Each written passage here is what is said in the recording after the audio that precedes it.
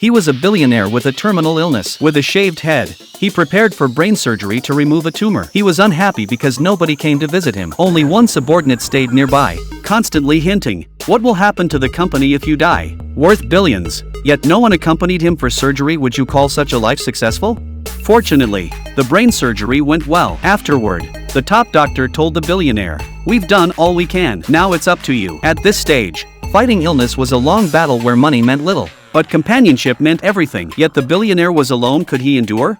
By chance, the hospital assigned the billionaire a roommate, this black man. He was a working-class laborer who hadn't seen much of the world but had read countless books. The billionaire initially disliked him, wanting a private room and saying, "I don't want to see a half-dead zombie every day." But soon he looked just as bad himself, either constantly vomiting or suffering from diarrhea. One night the poor man writhed in pain. Another night, the billionaire suffered terribly. United by their shared illness, they began talking. The billionaire discovered his roommate had an excellent personality, quiet and never complaining like he did. They played cards together, walked together, and gradually became friends. Until the day both men simultaneously received devastating news from their doctor. The billionaire had only 6 months to live. The poor man only a year. Both felt their worlds collapse. They looked at each other, realizing that regardless of wealth, skin color, or personality, facing death made them the same. The next day, the billionaire found a piece of paper on the floor, something the poor man had thrown away in distress. It was his bucket list. Truly help a stranger, laugh until tears flow,